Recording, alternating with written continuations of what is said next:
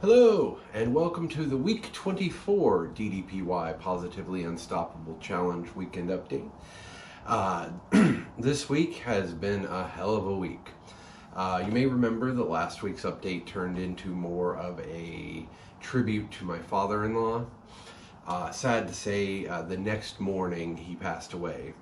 So this week, obviously it's been rough on my wife and her siblings as well.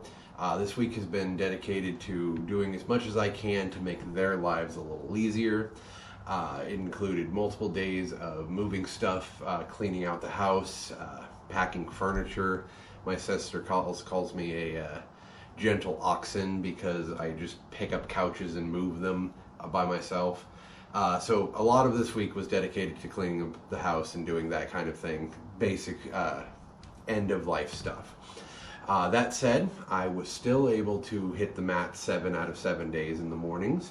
That is my basic habit, and oddly, I feel really weird when I think about skipping it. So I did that every single day, and 4 of the days that I wasn't helping over at the house, I hit the track next to my house.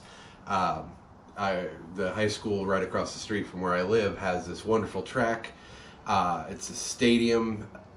I think it's Olympic-sized track. I'm not sure, 4 laps equal a mile type thing. But what I've been doing is I've been training myself to get back into running. And I've been running the straight stretch on one side, walking the curve, and then doing the stadium stairs up and down on the other side, and then walking the curve. And it burns a shit ton of calories. So this week has been amazing calorie burn. I burned over 9,000 calories again. It helped that I put on my heart rate monitor while I was moving stuff, because that really got my heart jumping. So 9,000 calories, 12 documented workouts, and my eating habits have been pretty good. Little heavy a couple times because, you know, you're with family and they're grieving, and comfort food is a real thing and delicious. But I'm still doing great. I made it down to a new low this morning of 311, which puts me 11 pounds from my goal with exactly 2 weeks left to go. It's doable, not healthily and not sustainably, but if I really want to see that 300-pound mark, I'm gonna have to kick my ass into high gear, and that's what I'm committing to do. Next 2 weeks. No snacks, nothing. Basically, it's going to be salads and meats and water. That's all I'm going to do for 2 weeks, and I'm going to hit the mat at least once a day, if not twice, because I really want to see that 299 within the next 2 weeks. I just really have to see it as a personal goal.